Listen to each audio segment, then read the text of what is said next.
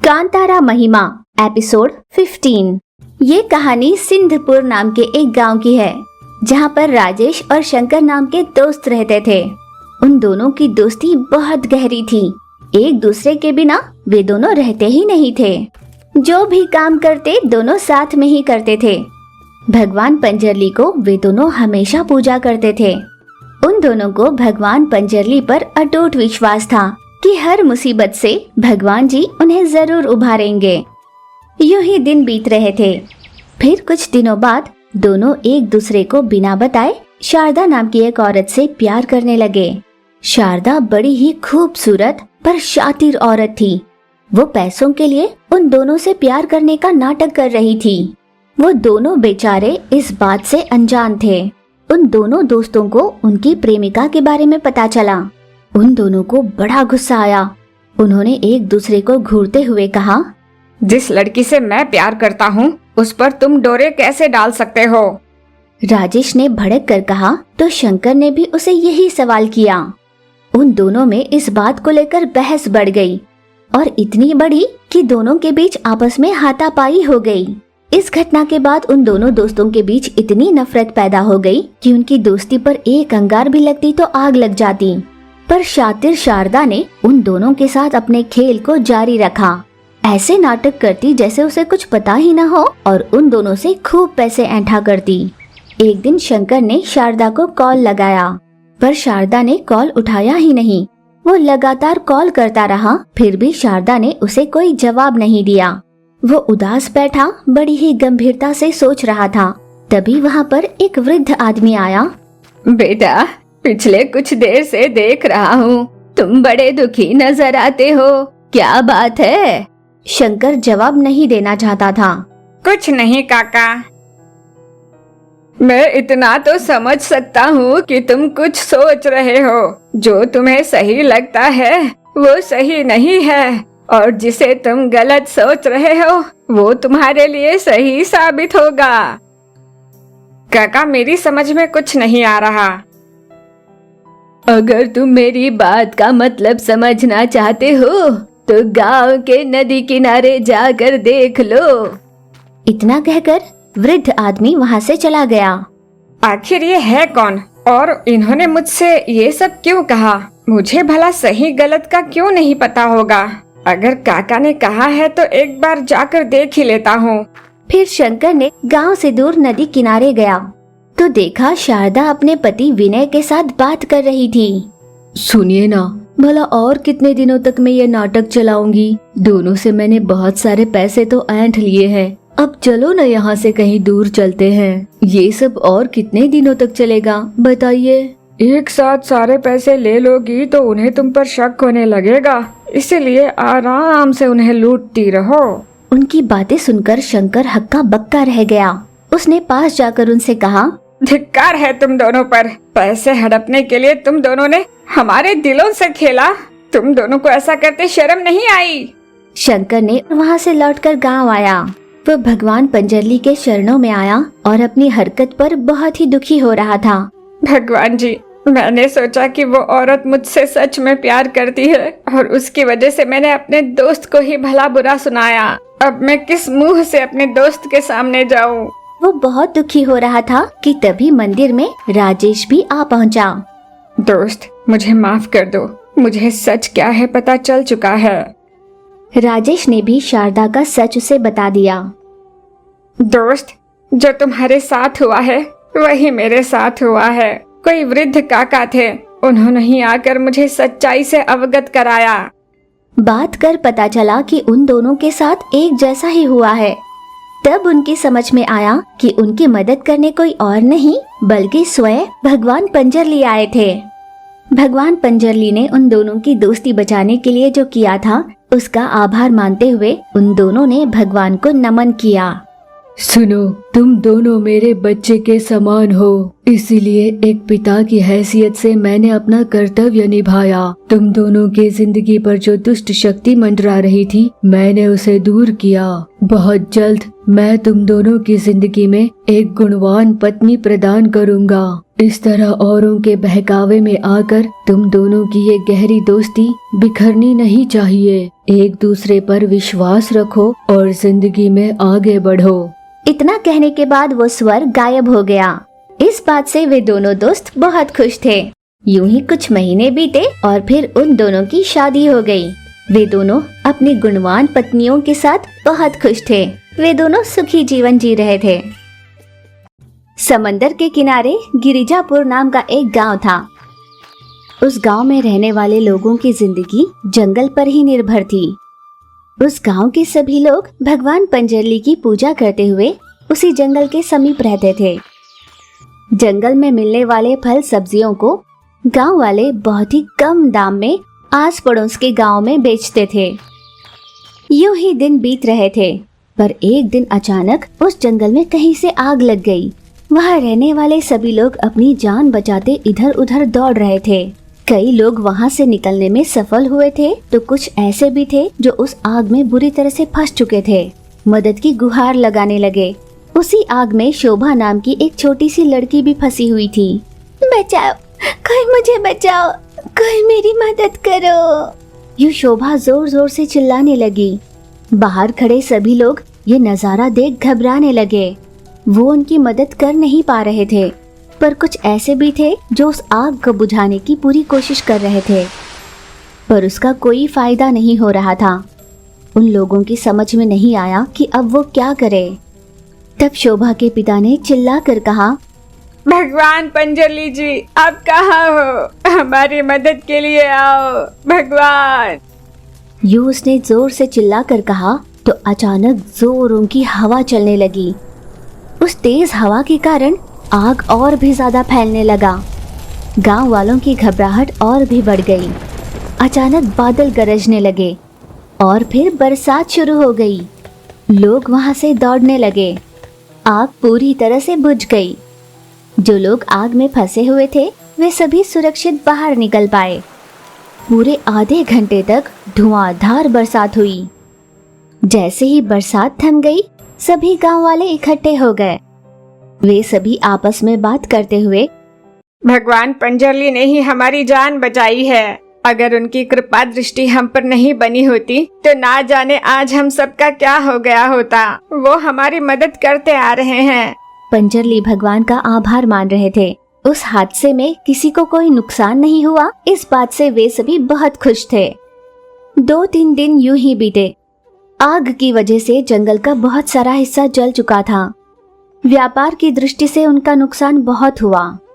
जंगल में आग लगने की वजह से कई फल सब्जियों के पेड़ खाक हो चुके हैं। इस बार बचे कुचे सब्जी फलों को बेचने में भी हमें दिक्कत हुई। मैंने आप सबको यहाँ पर इसलिए बुलाया है ताकि आप में से कोई इस मुश्किल घड़ी से बाहर निकालने का कोई रास्ता सोचे। वहाँ पर खड़े सभी आपस में धीमे धीमे बात करने लगे, क्योंकि खुद उनकी समझ में भी कुछ नहीं आ रहा था। गांव वालों, आप इस विषय को लेकर इतनी गंभीरता से क्यों सोच रहे हो? हमें मुश्किल घड़ी में रास्ता दिखाने वाले हमारे आराध्य पंजरली भगवान है ना, हम उन्हीं से प्रार्थना करते हैं। वो हमें जरूर कोई रास्ता बताएंगे। इस तरह हम आपस में बात कर समय को व्यर्थ नहीं करेंगे। अगर हमने यूं समय गवाया तो अपने गांव में अकाल की परिस्थितियां निर्माण हो जाएंगी। बेटा, तुम छोटी जरूर हो, पर बात तुमने पते की है। मुश्किल घड़ी में भगवान जी ही तो हमें रास्ता बताएंगे। हम सभी चलकर भगवान पंजरली से ही प्रार्थना करते हैं। फिर सभी गांव वाले इकट्ठे मंदिर चले गए। सभी ने हाथ जोड़कर भगवान जी से प्रार्थना शुरू की। भगवान जी, हम पर कौन सी मुसीबत आन पड़ी है, इससे आप अनजान नहीं हो। अब हम सब कैसे जिए? आपको ही हमें रास्ता बताना होगा। आपके अलावा हमारा कौन है प्रभु? हमारी मदद करो भगवान। यूं सभी ने उनसे प्रार्थना की तो भगवान जी के यहाँ से आवाज आई, मेरे भक्तों, तुम सभी इतने परेशान क्यों हो रहे हो? तुम सभी मेरे बच्चे हो। तुम्हारे लिए सही क्या है मैं अच्छे से जानता हूँ। तुम भले मुझे पुकारो या नहीं, मैं सदा तुम्हारे साथ रहूँगा। एक बार सभी जाकर जंगल में देखो, तुम वहाँ पर उतना पाओगे जितने की तुमने कभी आस भी नहीं की होगी। गांव वाले इस बात से बहुत खुश थे कि स्वयं पंजरली भगवान ने उनसे बात की। हाथ जोड़कर वे सभी तुरंत जंगल की ओर चल पड़े। सभी हक्के बक्के रह गए। जंगल में पहले की तुलना में बहुत ही ज्यादा फल और सब्जियां लगी हुई थी। उस दृश्य को देखकर सभी की आंखें चमक उठी। जय हो पंजरली भगवान की। सभी ने खुश होकर भगवान जी का जय जयकार किया। वो रात बीत गई। जिसको जितने फल सब्जियां चाहिए थे उतने उन्होंने टोकरियों में भरे और गांव-गांव घूमकर उन्हें बेचा और पैसे कमाकर बहुत ही आनंद से रहने लगे। इस तरह उस गांव में रहने वाले लोगों पर जब भी संकट आता भगवान पंजरली हमेशा उनकी सहायता करते। कष्ट के समय में भले ही वो भगवान को पुकारते या ना पुकारते, पर भगवान पंजरली की कृपा दृष्टि उन सभी लोगों पर हमेशा बनी रहती। भगवान पंजरली के मंदिर के आगे लेटा भूख के मारे पेट में असहनीय दर्द से रो रहा था एक गरीब बच्चा। उस गरीब लड़के का नाम ऋषि था। उस लड़के के जन्मदाता नहीं थे, जान पहचान वाले तो थे, पर उसे अपनाकर उसका पेट भरना तो दूर बेवजह की बेतुकी कटु बातें कहकर उसके मासूम हृदय को ठेस पहुंचाते थे। कभी न भूलने वाला दर्द दिया करते थे। उन सभी बातों को वो बर्दाश्त नहीं कर पाता था और भगवान पंजरली के मंदिर जाकर एक तो मेरे पेट में दर्द है और फिर मुझे भूख भी लग रही है। इन दोनों दर्द को मैं बर्दाश्त नहीं कर पा रहा भगवान जी। अगर आपके शरण में आने के बाद भी इस गरीब लड़के का दर्द कम नहीं हो रहा तो क्या इसका ये मतलब है कि आपकी कृपा मुझ पर नहीं है? तभी मंदिर में भगवान पंजरली प्रकट हो गए और जोर से गूंज लगाई। उस गूंज को सुनकर ऋषि घबराया और चारों ओर देखने लगा। कहीं कोई दिखाई नहीं दिया और ना ही कोई जंगली जानवर। यहाँ मैं पहले से ही भूख के मारे हो रहे पेट दर्द को बर्दाश्त नहीं कर पा रहा और ऊपर से बादल गरज कर मुझे और डरा रहे हैं। फिर भी भगवान जी को मुझ पर दया नहीं आती और ना ही मुझ पर कृपा बरसाते हैं। भगवान जी मेरा पेट दर्द कम नहीं कर रहे। वैसे भी मैं गरीब हूँ ना, तो भगवान जी मेरी भूख कैसे मिटाएंगे? यूं जब वो रोकर कह रहा था तो मंदिर में प्रकट हुए पंजरली भगवान एक स्वामी जी का रूप लेकर ऋषि के सामने आए। गलत बात बेटा, भगवान जी की दृष्टि में गरीब अमीर सब एक समान होते हैं। अगर पूरे मन से और श्रद्धा से उनकी पूजा की जाए तो भगवान पंजरली हम पर प्रसन्न जरूर होते हैं। ऋषि ने अपना सर उठाकर स्वामी जी का चेहरा देखा। तेज से परिपूर्ण उनके चेहरे में एक अलग ही कांति थी। तुरंत ऋषि ने उन्हें प्रणाम किया। स्वामी जी, मैं पिछले बहुत देर से भूख और पेट दर्द के मारे यही मंदिर में पड़ा हूँ। भगवान जी कब से मुझे देख रहे हैं पर मेरी सहायता नहीं करते। सुनो बेटा, इस समय तुम कहाँ हो? भगवान जी के मंदिर में। तुम्हें इस मंदिर के बारे में किसने बताया? भगवान पंजरली के बारे में मेरी माँ ने मुझे बताया। जब वो जिंदा थी मैं उनके साथ मंदिर कई बार आया। बेटा, जब तुम्हारी माँ ने इस पंजरली भगवान के बारे में बताया तभी तुम्हें पता चला ना? ये तुम्हें अपने आप ही पता नहीं चला? नहीं स्वामी, मुझे तो माँ ने ही बताया था। तो क्या तुमने अपने पेट दर्द के बारे में भगवान जी से कहा? नहीं तो, मैंने नहीं बताया।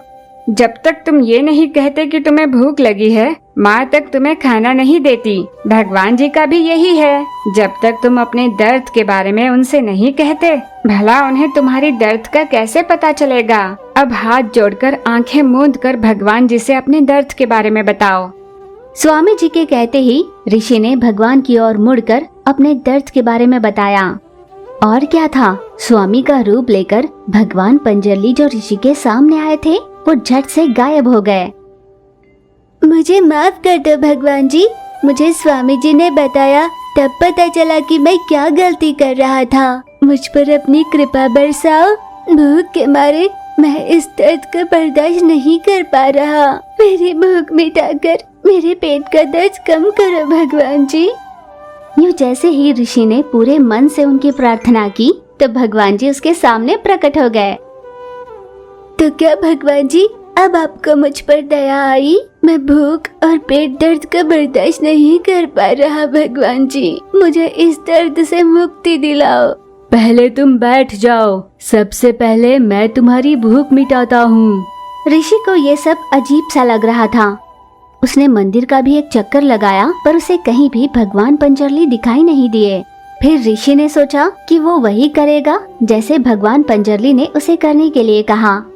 वो बैठ गया। भगवान पंजरली जंगल में प्रकट हुए। भूख से तिलमिला रहे ऋषि की भूख मिटाने के लिए वो जंगल भर में फल और सब्जी को ढूंढने के लिए निकले। उन्हें जंगल में मिले फल और सब्जियों को लेकर भगवान जी ऋषि के सामने प्रकट हो गए। खाओ ऋषि। भगवान जी ने अपने साथ लाए सभी फल उसके सामने रख दिए। ऋषि बिना फलों को खाए भगवान जी की ओर यूं ही देखे जा रहा था।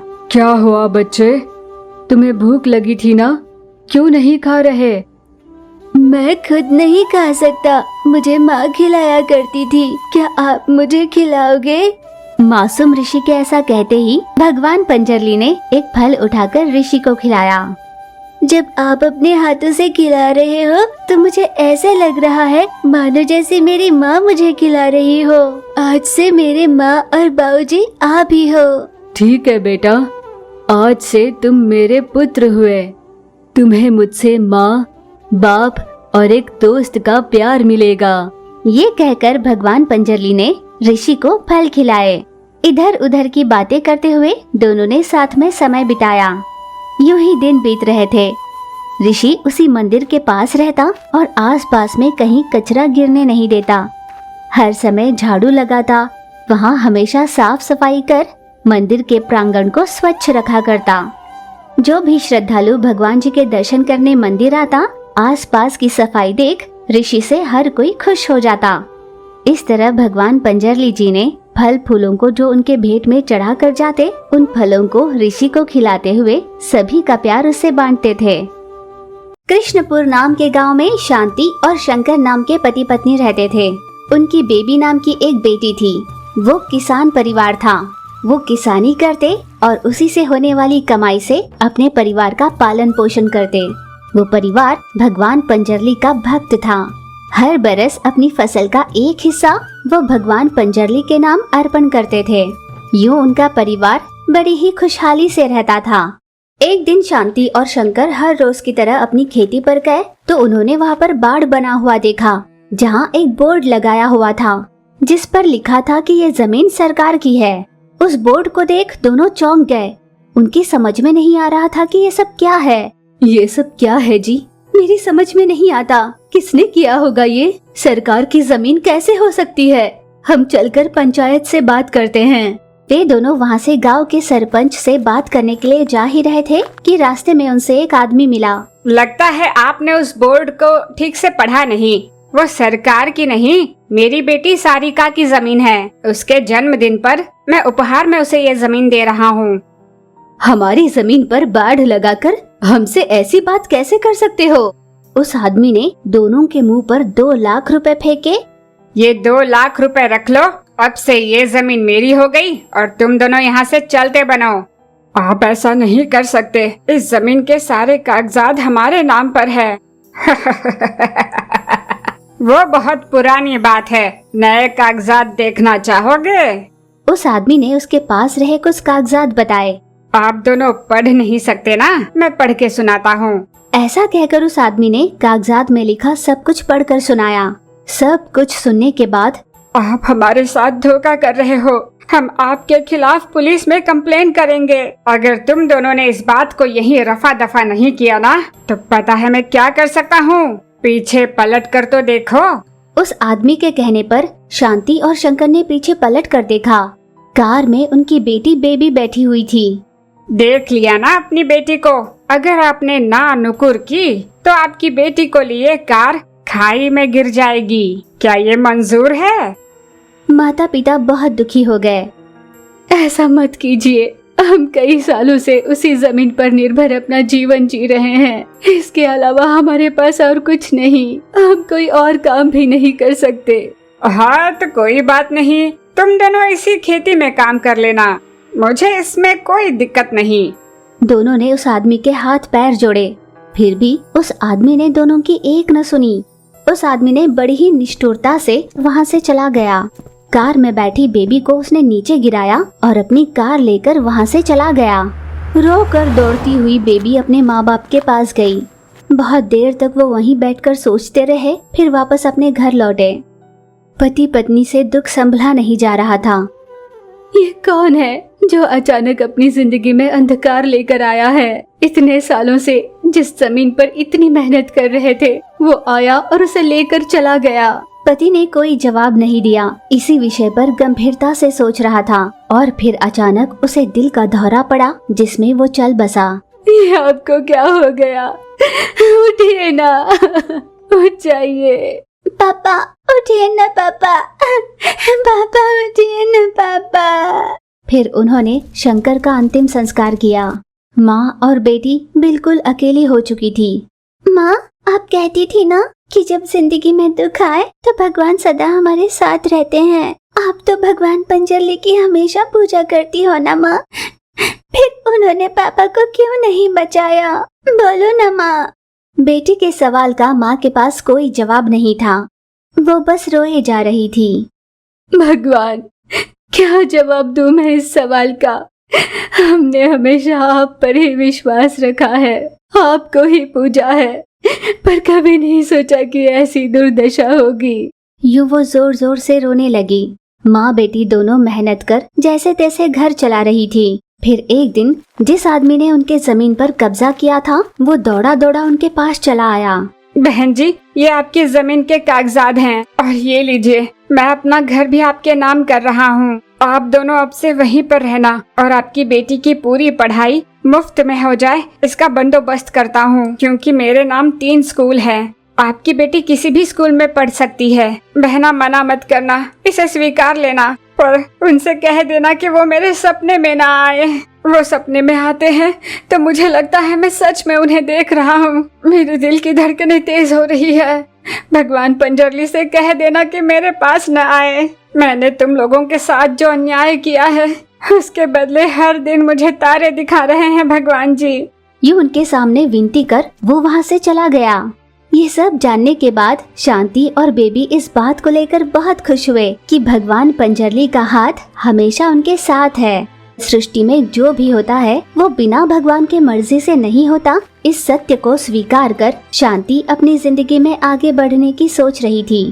माँ, तुम सही कहती थी कि जिंदगी और मौत कहकर नहीं आती। जन्म लेने के बाद इंसान यहाँ से लौटते हुए कुछ भी लेकर नहीं जा सकता, और भगवान जी वो नहीं करते जो हम चाहते हैं, वो वही करते हैं जो हमारे लिए सही होता है, और उनके फैसले में ही अपनी अच्छाई होती है। ये बात मुझे आज पता चली माँ।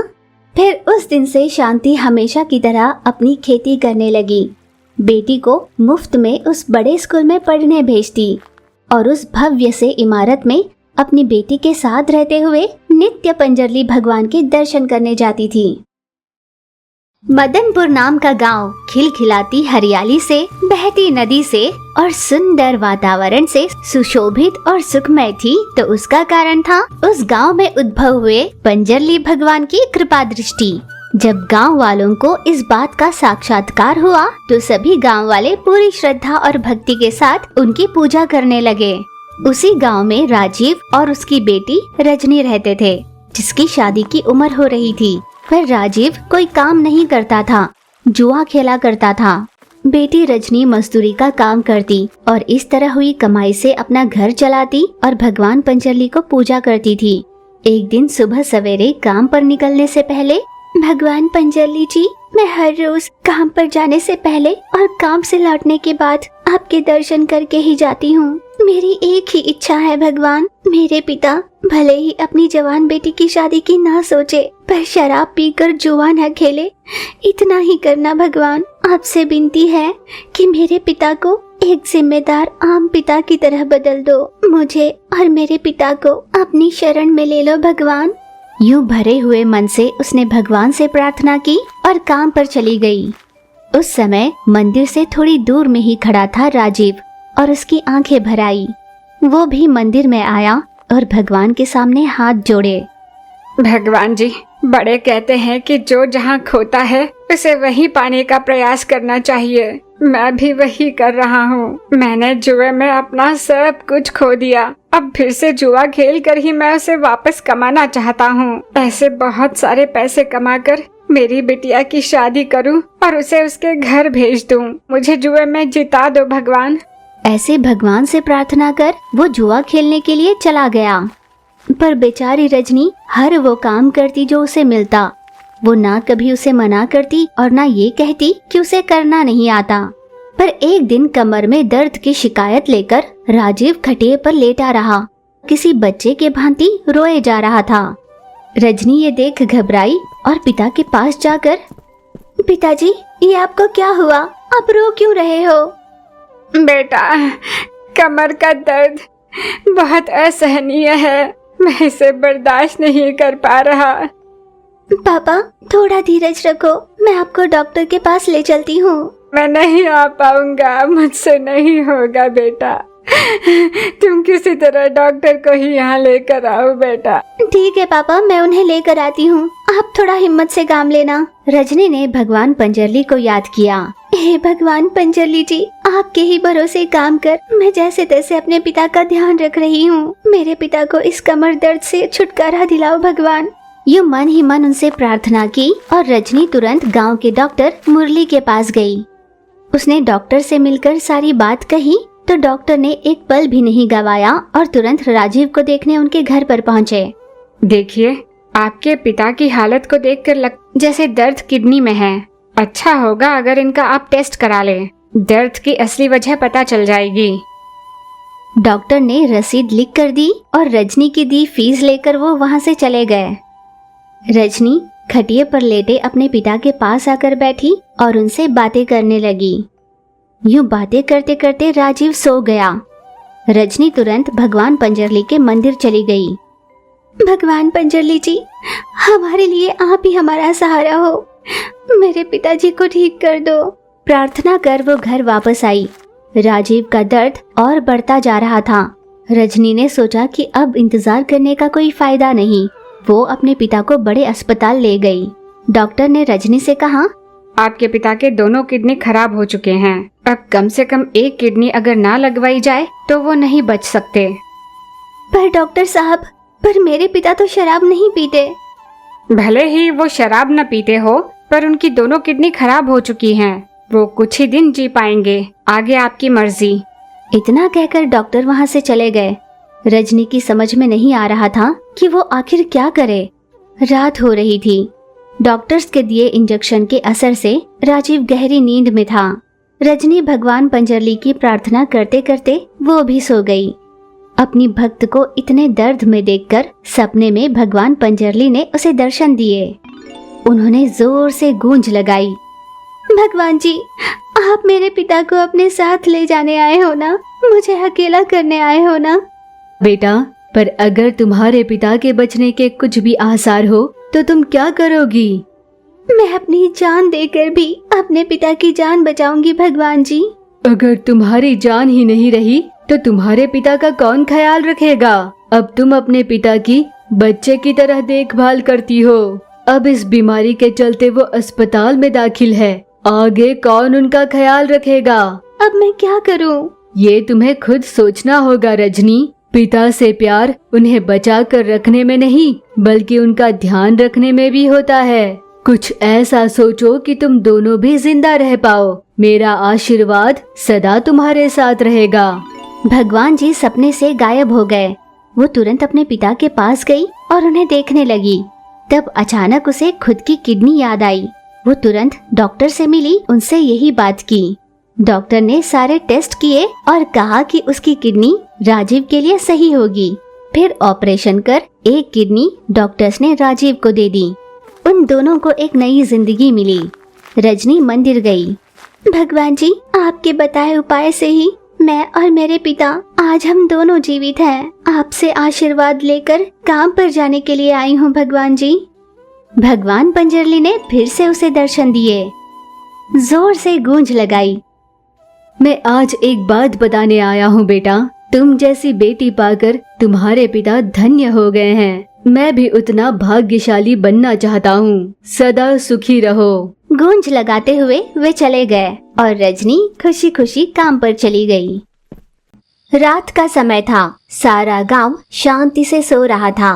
वीर और सुजाता नाम के गरीब पति पत्नी उस घोर अंधेरे में लालटेन लेकर घर से बाहर निकले।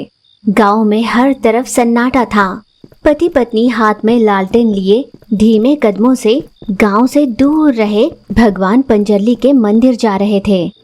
लालटेन की रोशनी में भगवान पंजरली की ओर देखते हुए पूरी विनम्रता और आस के साथ लाचार होकर उनसे प्रार्थना कर रहे थे। भगवान जी, मुझसे और इंतजार नहीं होता। अब हमें संतान सुख दीजिए। मैं और अपने लिए बांझ का लांछन नहीं सह पा रही। हाँ भगवान जी, हम मेहनत से मजदूरी कर जैसे तैसे घर चलाते हुए आपकी हर रोज पूजा करते हैं। संतान रहित होने पर लोगों के ताने हमने दिल पर पत्थर रख कर सुन लिए। पर अब हमसे और नहीं सहा जाता भगवान जी। या तो हमें संतान सुख दीजिए या फिर हमारी जान लेकर हमें इस अधूरे जीवन से मुक्ति दिला दीजिए। यूं प्रार्थना करते हुए वीर ने अपने साथ लाई हुई जहर की बोतल बाहर निकाली। उस जहर की बोतल को देखते हुए दोनों उदास हो रहे थे कि तभी भगवान पंजरली उनके सामने प्रकट हो गए और उन्होंने एक जोर की गूंज लगाई। उस गूंज से सारा गांव दहल गया। साक्षात भगवान पंजरली को अपने सामने देख वीर और सुजाता गदगद हो उठे। संतान के लिए इतने दुखी हो रहे हो, पर माता, जैसे ही तुम्हें पुत्र संतान प्राप्त होगा तुम्हारे पति का देहांत हो जाएगा। क्या आपको ये मंजूर है? भगवान पंजरली से ये सुनकर वीर और सुजाता और भी दुखी हुए और असमंजस में एक दूसरे की ओर देखने लगे। भगवान जी, मैं इसके लिए तैयार हूँ। ये आप क्या कह रहे हो जी? हाँ सुजाता, वैसे भी बच्चों के जन्म के कुछ समय बाद मैं मर जाऊंगा ना। वैसे भी जो जन्म लेता है वो चिरकाल जीवित तो नहीं रहता ना। कभी ना कभी तो सबको मरना ही है। पर संतान का सुख पाने के लिए मैं जानबूझकर आपको नहीं खो सकती। सुजाता, भगवान की लीला हमारी समझ से परे है। आज कल या परसों हर इंसान को अपना देह त्याग कर यहाँ से जाना ही है। ये आत्मा अंत में परमात्मा ही में तो विलीन होगी। मैं इसके लिए तैयार हूँ भगवान जी। तथास्तु। भगवान पंजरली ने उन्हें आशीर्वाद दिया और गायब हो गए। फिर कुछ दिनों बाद वीर और सुजाता ने एक बेटे को जन्म दिया। बेटे के जन्म के बाद पति पत्नी मेहनत से मजदूरी का काम करते और अपने बेटे को खूब पढ़ाते थे। कुछ 10 साल बाद वीर मजदूरी का काम कर रहा था, जहाँ एक इमारत की गिरने से वीर की मृत्यु हो गई। फिर सुजाता ही गांव के खेती में काम कर अपने बेटे की परवरिश करने लगी। अब सुधाकर बड़ा हो गया और नौकरी कर अपनी माँ की देखभाल करने लगा। फिर सुजाता ने अपने बेटे की शादी कावेरी नाम की एक लड़की से की। बेटा और बहू सुजाता का बहुत ध्यान रखते थे। सब कुछ बहुत अच्छे से चल रहा था, जिससे सुजाता भी बहुत खुश थी। सुजाता नित्य अपने बेटे और बहू को भगवान पंजरली के दर्शन करने भेजा करती थी। सुधाकर और कावेरी भी पूरे मन और श्रद्धा से भगवान पंजरली को पूजा करते थे। कुछ महीनों बाद कावेरी गर्भवती हुई। इस खबर से सुधाकर और सुजाता बहुत खुश हो गए। हम दोनों के प्यार का प्रतीक हमारा बच्चा कुछ ही महीनों में हमारे बीच होगा। Thanks Kaveri, I love you. और आज मैं घर पर ही रहूंगा। बेटा, तेरे बाबूजी जन्म ले रहे हैं, तू घर पर रुककर क्या करेगा? कोख में जब से पल रहा है तभी से उसका पूरा ध्यान रखना होगा। आजकल अस्पताल में इलाज के नाम से कितना ज्यादा ऐंठते हैं। पैसे रहेंगे तभी तो जान बचा पाएंगे। मैं इसका ध्यान रख लूंगी बेटा, तू ऑफिस चले जा बेटा। माँ का कहा बेटा टाल नहीं पाया। बेमन ही वो ऑफिस चला गया। जितना उनके पास था उसी में सुधाकर इस बात का पूरा ख्याल रखता कि कावेरी को किसी चीज की कमी ना हो। वो हर रोज भगवान पंजली के दर्शन करता और उनसे अपनी पत्नी और होने वाले बच्चे को ठीक रखने की प्रार्थना किया करता। फिर कावेरी को 9वां महीना लग गया। उसे प्रसव वेदनाएं हो रही थी तो सुधाकर तुरंत उसे अस्पताल ले गया।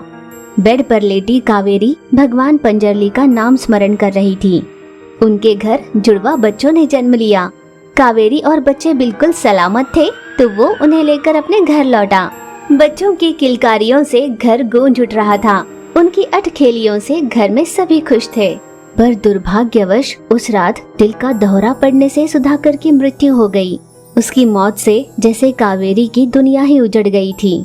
बस हफ्ते भर में ही अपने बेटे को खोने के बाद सुजाता कावेरी और उसके बच्चों को ही अपशकुन मान रही थी।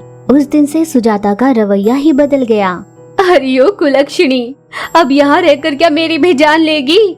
सासू माँ, आप ऐसी बातें क्यों कर रही हैं? अब तू इस घर में बच्चों के साथ नहीं रह सकती। अभी इसी वक्त मेरा घर छोड़कर चली जा। तुम यहाँ रहोगे तो मेरी भी जान लेकर छोड़ोगे।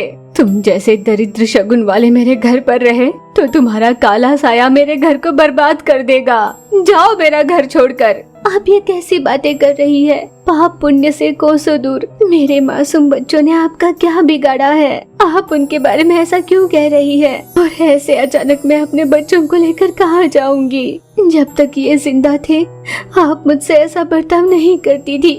अब क्या हुआ है सासू माँ? अब चुपचाप यहाँ से चली जाओगी या मैं धक्के मार कर निकालूं? यूं जोर लगाकर सुजाता ने कहा तो बेबस होकर कावेरी अपने 2 बच्चों के साथ घर से बाहर निकली और भगवान पंजली के मंदिर चली गई। कावेरी अपने दोनों बच्चों के साथ मंदिर के प्रांगण में ही सो गई। घर पर सुजाता भी बिस्तर पर लेटी हुई थी। उसने सपने में भगवान पंजरली को देखा। सुजाता, क्या इसीलिए तुमने अपने लिए संतान मांगी थी ताकि आज तुम अपने बहू और मासूम पोतों को घर से बाहर निकाल सको?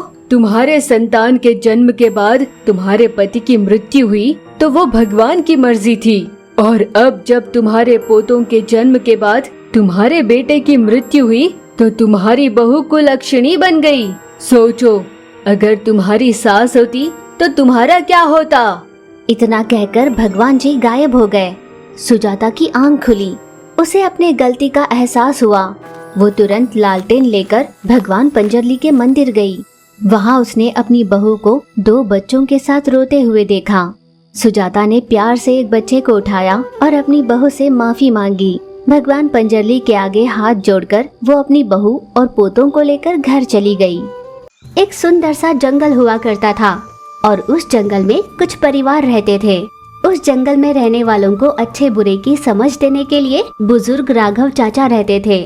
उन लोगों के लिए चाचा की कही बात अंतिम सत्य हुआ करती थी और उनके आराध्य भगवान पंजरली के लिए उनकी निष्ठा और आदर अनंत हुआ करती थी। हर बरस भगवान का उत्सव बड़ी धूमधाम से करते थे। एक दिन रात के समय सारा जंगल सो रहा था। फिर अचानक आसमान में एक रोशनी हुई और जोर जोर से आवाजें भी होने लगी। उस आवाज को सुन सभी की नींद खुल गई। इस ध्वनि से राघव चाचा की भी आंख खुल गई। आखिर इतनी बड़ी आवाज कहाँ से आई होगी, ये जानने के लिए राघव चाचा घर से बाहर निकले। इतनी बड़ी आवाज हुई पर यहाँ कुछ दिखाई नहीं देता। इतने घोर अंधेरे में जंगल के भीतर जाना खतरे से खाली नहीं होगा। सवेरे उठकर ही देख लूंगा कि माजरा क्या है। ऐसा सोचकर राघव चाचा वापस अपने घर लौटे और सो गए। रात में उन्हें सपने में एक अजीब से आकार वाला मनुष्य दिखाई दिया जिसे भगवान पंजरली आशीर्वाद दे रहे थे। राघव चाचा ने उस सपने पर ज्यादा गौर नहीं किया। अगले सवेरे जंगल में रहने वाले सभी लोग राघव चाचा के घर आए और दरवाजा ठोकने लगे। अरे क्या बात है, क्यों सब इतने घबराए हुए लग रहे हो? चाचा, आधी रात को बहुत जोर की आवाज आई। हम सभी ने सवेरे जाकर देखा तो वहाँ पर एक बड़ी सी मशीन है, इसलिए हम सभी आपके पास आए चाचा। अच्छा, रात को तो मैंने भी आवाज सुनी थी पर सोचा रात के अंधेरे में भला क्यों जाऊं। अब हम सब चलते हैं। फिर सभी जंगलवासी उस जगह जाने के लिए निकले। वहाँ पर एक अजीब सी बड़ी सी मशीन थी जिसके ऊपर एक लाल बटन लगी हुई थी। उन सभी की समझ में नहीं आ रहा था कि क्या करे। इतने में सोमू नाम का एक लड़का दौड़ते हुए मशीन के पास गया और उस लाल बटन को उसने दबा दिया। फिर जोर की आवाज हुई और मशीन का एक दरवाजा खुल गया। सभी बहुत घबरा गए। उस दरवाजे से निकलकर एक अजीब सा दिखने वाला आदमी बाहर निकला। ओह भगवान, भूत भूत, ये भूत हम सबको खाने आया है, हमें मार डालेगा, भागो यहाँ से, भूत। उन सभी लोगों ने जैसे ही उस अजीब आदमी को देखा, सभी अपनी जान बचाने भाग खड़े हुए। पर राघव चाचा वहीं खड़े खड़े उसे देखकर कुछ याद करने की कोशिश कर रहे थे। वो अजीब सा इंसान सीधे आकर राघव चाचा के सामने खड़ा हो गया, पर उसने कुछ कहा नहीं। मुझे लगता है मैंने आपको देखा है कहीं, पर याद नहीं आ रहा। कौन हो तुम? राघव चाचा ने उससे कितने सवाल किए, पर उस अजीब से इंसान ने एक का भी जवाब नहीं दिया। फिर सोमू भी वहाँ पर दौड़ कर आया। आप कौन हो? उस अजीब से इंसान ने कहा, पानी पानी। यूं उसने दो शब्द कहे तो राघव चाचा हक्के बक्के रह गए। घबराकर जो कृष्णा घर भागकर चला गया था, वो पानी लेकर उसके पास आया। उस अजीब से दिखने वाले को पानी दिया। उस अजीब से दिखने वाले ने सारा पानी पी लिया। हाँ, अब बताओ तुम कौन हो, कहाँ से आए हो? मेरा नाम अवतार है। मैं इस ग्रह का रहने वाला नहीं हूँ। मैं अंतरिक्ष में यात्रा कर रहा था तो मेरी स्पेसशिप बिगड़ गई और मैं यहाँ आ गिरा। कुछ देर पहले मैंने तुमसे पूछा तो तुमने जवाब नहीं दिया। अब कैसे बोल पा रहे हो? जब कोई मुझे छू लेता है तब मैं उनकी भाषा सीख लेता हूँ, उनके मन की बात भी जान लेता हूँ। तभी तो सोमू के छूते ही मुझे आपकी भाषा आ गई। अच्छा, तो अब क्या करना चाहते हो? अपने ग्रह पर कैसे लौटोगे? मेरी स्पेसशिप ठीक होने में थोड़ा समय लगेगा। आपकी अनुमति हो तो मैं यहीं रहूंगा। मेरी वजह से आपको कोई तकलीफ नहीं होगी। अच्छा ठीक है, पर तुम्हारी वजह से जंगल में किसी को तकलीफ हो तो तुम्हें यहाँ से तुरंत चले जाना होगा। हाँ जरूर। सोमू कुछ फल लेकर अवतार के पास गया। अवतार जी, आपने सुबह से कुछ नहीं खाया, लो कुछ फल खा लो। तुम्हारा बहुत धन्यवाद सोमू।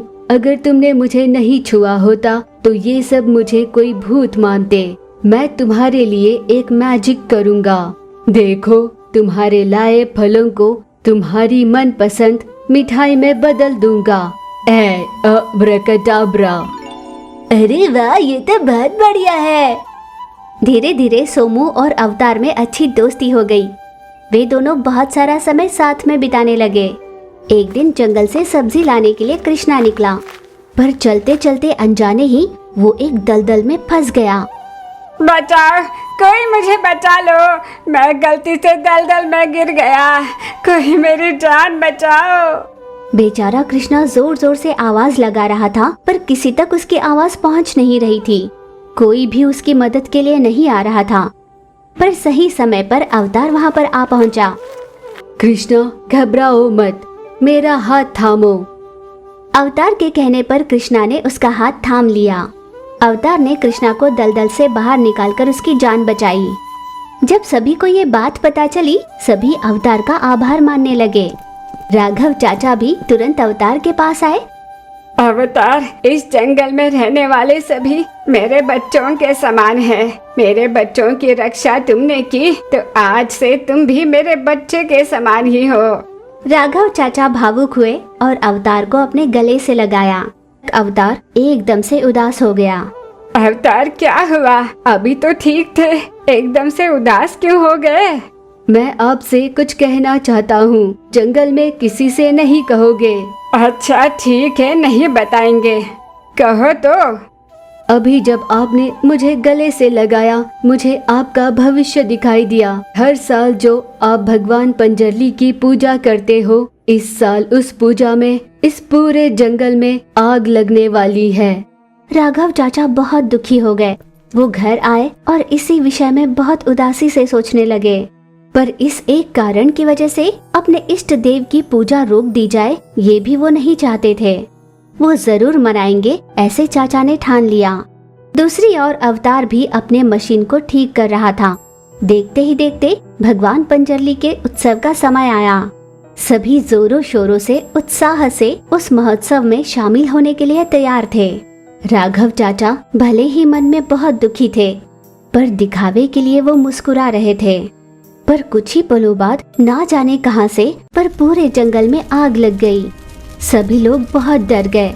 राघव चाचा को लगने लगा कि यही उनके जीवन का आखिरी दिन होगा। सभी का रोकर हाल बुरा था। आग धीरे धीरे अपनी बाहें पसार रही थी। ठीक उसी समय अवतार अपने मशीन के साथ हवा में उड़ते हुए वहां पर आ पहुंचा। मशीन को पूरी तरह पानी से भरा और उस आग पर पानी छिड़ककर उसे बुझा दिया। जब सभी जंगल वासियों ने अपने जिंदगी पर उम्मीदें छोड़ दी थी, ठीक उसी पल अवतार ने आकर उन सभी की जिंदगी बचा ली। पर चूंकि अवतार ने अपनी पूरी मशीन में पानी भर लिया था, अब वो मशीन कभी भी काम करने लायक नहीं बचा। जंगल को आग की चपेट से बचाने के लिए अवतार ने अपने ग्रह पर लौटने का एकमात्र स्पेसशिप खो दिया था। अवतार, अगर सही समय पर तुमने आकर हमारी जान न बचाई होती तो आज ये जंगल वीरान हो चुका होता। लगता है भगवान पंजरली ने ही तुम्हें हमारी रक्षा के लिए बुलाया है। उस रात सपने में भगवान पंजरली जिसे आशीर्वाद दे रहे थे, वो अवतार तुम ही थे। राघव चाचा ने भगवान पंजरली से प्रार्थना की और वो प्रकट हो गए। प्रजाओं की रक्षा करने के लिए अवतार अपने परिवार से दूर हो गया। आज से अवतार तुम सभी में से एक होगा। भगवान पंजरली वहाँ से अदृश्य हो गए। उस दिन से जंगल में रहने वाले सभी ने अवतार को अपने ही परिवार का एक हिस्सा मान लिया और वे सभी खुशी से रहने लगे। अपनी 10 साल की बेटी कीर्ति, जो खटिए पर एक अनजान सी बीमारी से जूझ रही थी, उसके माता पिता वीर और सुजाता उसे देख चुपचाप आंसू बहा रहे थे। उन्हें यूं रोता हुआ दुखी देख कीर्ति बोली, माँ, बाबूजी, आप क्यों रो रहे हो? रोएंगे नहीं तो और क्या करेंगे बेटा। तुम्हें इतना लाड़ प्यार से पाला पोसा, जितनी हैसियत है उतने में पढ़ाकर किसी योग्य वर के हाथ तुम्हारा हाथ देकर जहाँ तुम्हारी विदाई करनी चाहिए थी, वही तुम हमें जहर देकर मारने के लिए कह रही हो।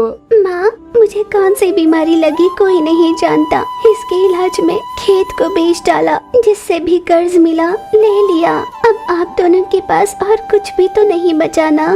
बेटा, तुम्हारी जान बचाने के लिए हम खुद की जान भी दे दें। मैं जानती हूँ कि मुझे बचाने के लिए आप कितनी कोशिशें कर रहे हो, कितनों के आगे हाथ पैर जोड़ रहे हो, पर भगवान ने मेरी जीवन रेखा इतनी बड़ी नहीं लिखी कि मैं आप दोनों के साथ और जी पाऊँ। उन्होंने आधे में ही मेरी रेखा खत्म कर दी, इसीलिए मैं आधे में ही आपको छोड़कर जा रही हूँ। भावुक होकर कीर्ति की आंखों में आंसू निकल आए। कीर्ति के ऐसा कहते ही वीर और सुजाता जोर से रो पड़े। उनके रोने की आवाज सुन पड़ोस में रहने वाली शारदा घबरा गई। हे भगवान, पड़ोस की सुजाता के घर से रोने की आवाज आ रही है। कहीं ऐसा तो नहीं कि बीमार कीर्ति चल बसी? हे भगवान, सुजाता को पहाड़ जितना दुख दिया है। ये सोचकर शारदा तुरंत ही उनके घर जा पहुंची। बिस्तर पर लेटी रोती हुई कीर्ति को जिंदा देखकर शारदा की जान में जान आई। शारदा को देख कीर्ति ने बोला, क्या हुआ मासी? माँ बाबूजी को इस तरह रोता हुआ सुनकर तुम्हें ये लगा ना कि मैं चल बसी, इसलिए दौड़कर मुझे देखने आई हो ना? अपने बहते आंसू को रोकने की कोशिश करती हुई शारदा ने सुजाता से कहा, वीर भैया, सुजाता क्यों रो रहे हो? अपने आंसू पोंछ लो। यूं तुम दोनों को रोता हुआ देखेगी तो कीर्ति पर क्या गुजरेगी? आपको इतना तो समझना होगा ना। हाँ मासी, इन्हें ऐसे समझाओ। मेरे जाने से मेरे साथ आपको तो दुख होगा ही, पर दुख के बिना जिंदगी भी तो नहीं होती ना, और मृत्यु के बिना जीवन भी नहीं। इस सत्य को जान लो बाबूजी। बेटा, हमें इतना ज्ञान कहाँ है? हमारी जिंदगी, हमारे घर की रोशनी, हमारा ज्ञान, हमारी खुशी सब तुम ही हो। तुम्हारे बच्चों के साथ तुम्हें खेलते देख हमारी चिता तुमसे लगवानी थी, वहीं पर अपने हाथों से तुम्हें मारकर तुम्हारी चिता को आग लगाने का दुर्भाग्य पाया है। माँ, ये मेरा भाग्य होगा। मैं मैं इस बीमारी को और नहीं सह पा रही माँ। मुझसे ये दर्द बर्दाश्त नहीं हो रहा। जैसा मैं कहती हूँ ऐसा करो माँ, यही मेरी आखिरी इच्छा है।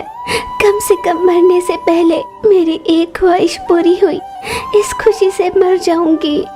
ये कहती हुई जब कीर्ति रो रही थी तब सुजाता और वीर का दर्द और भी दुगना हो गया।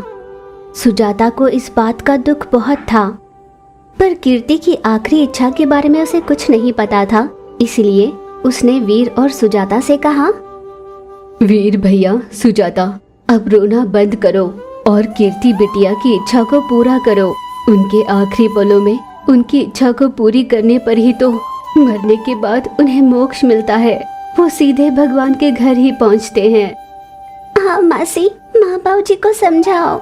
शारदा ने अनजाने में जो कह दिया था उसे सुनकर सुजाता और वीर और भी रो पड़े। वो किसी भी पल मर सकती थी। ऐसे में बेटी की आखिरी इच्छा उसके माता पिता क्यों पूरा नहीं कर रहे, ये बात शारदा की समझ में नहीं आई।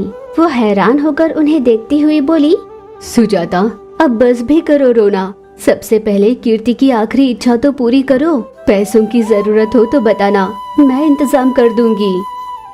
दीदी शारदा, कीर्ति की आखिरी इच्छा पूरी करने के लिए पैसों की नहीं, हिम्मत की जरूरत है। अगर वो हिम्मत तुम में है तो उसकी इच्छा तुम ही पूरा करो।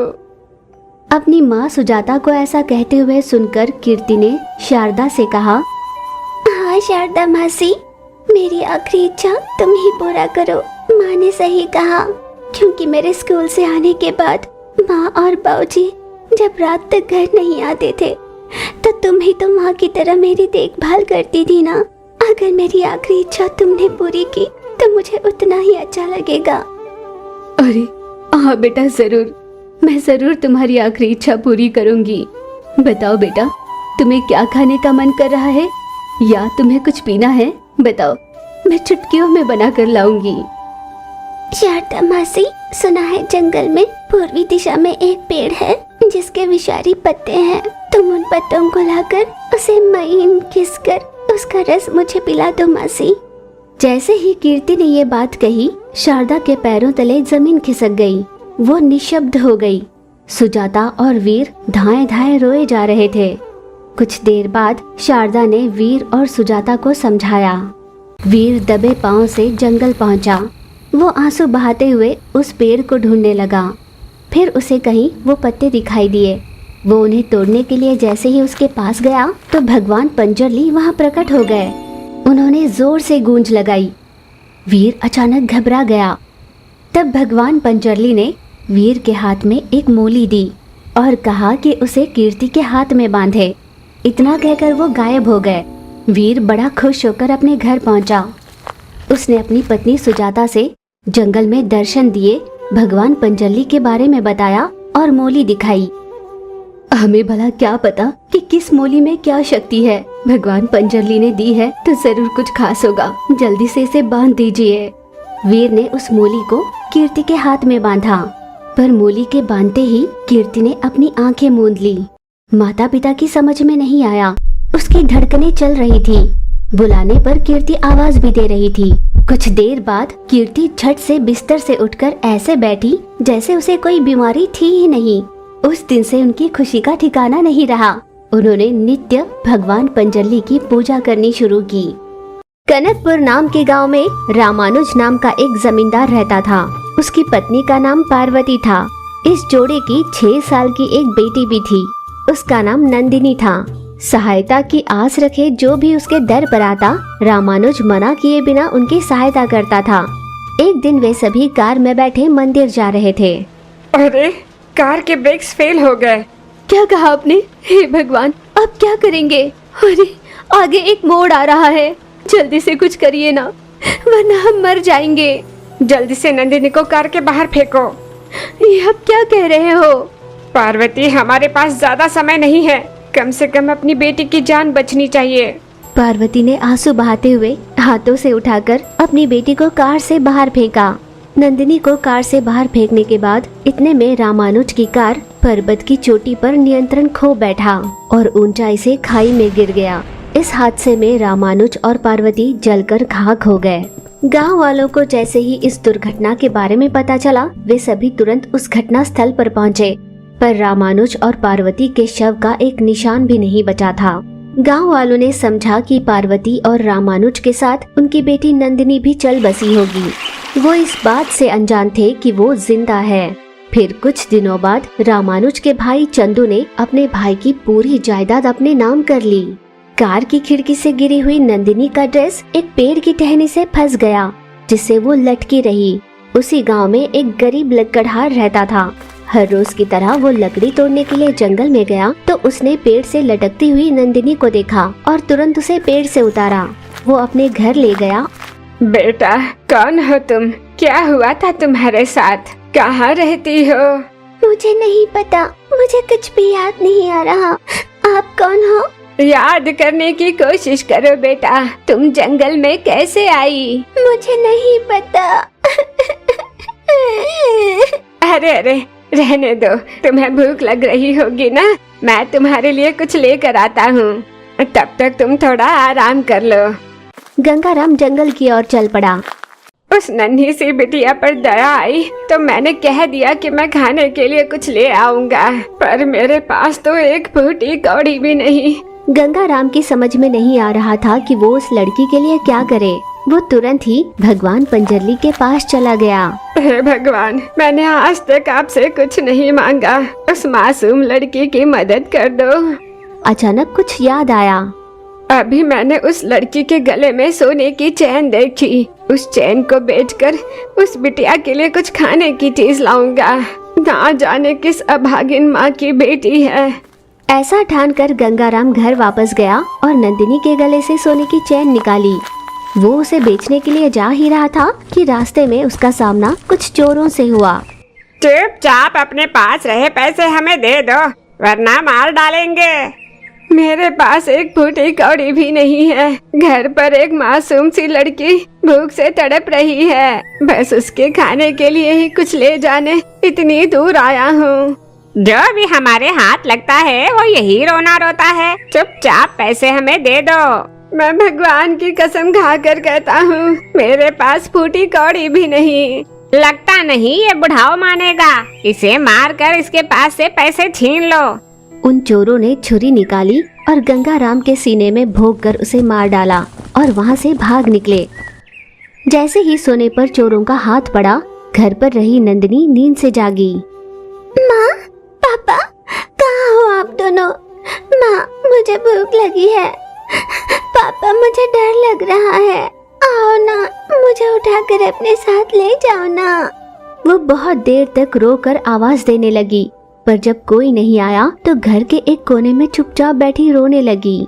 फिर अचानक नंदिनी को याद आया कि उसके माता पिता नहीं रहे और वो जोर जोर से रोने लगी। इतनी प्यारी, मासूम और सुंदर दिखने वाली नंदिनी पागल सी हो गई। उसकी समझ में नहीं आ रहा था कि उसे कहाँ जाना है। उधर रामानुज के भाई चंदू को पुलिस स्टेशन में बुलवाया गया था। नमस्कार सर, आपने मुझे बुलवाया? हाँ, आइए चंदू जी। आपके भाई और भाभी के साथ जो हादसा हुआ उसका हमें बहुत दुख है। आप सभी ने ये सोचा कि उनके साथ उनकी बेटी भी चल बसी होगी, पर हमें फोरेंसिक रिपोर्ट में बेटी के कोई अंश नहीं दिखे। जहाँ तक हमारा मानना है उनकी बेटी जिंदा ही होगी। क्या कहा? सच? आपने सच में बहुत अच्छी खबर सुनाई है। मैं आपका ऋणी रहूंगा। पर वो कहाँ होगी सर? इतने में कांस्टेबल किसी चोर को पकड़कर पुलिस स्टेशन ले आया।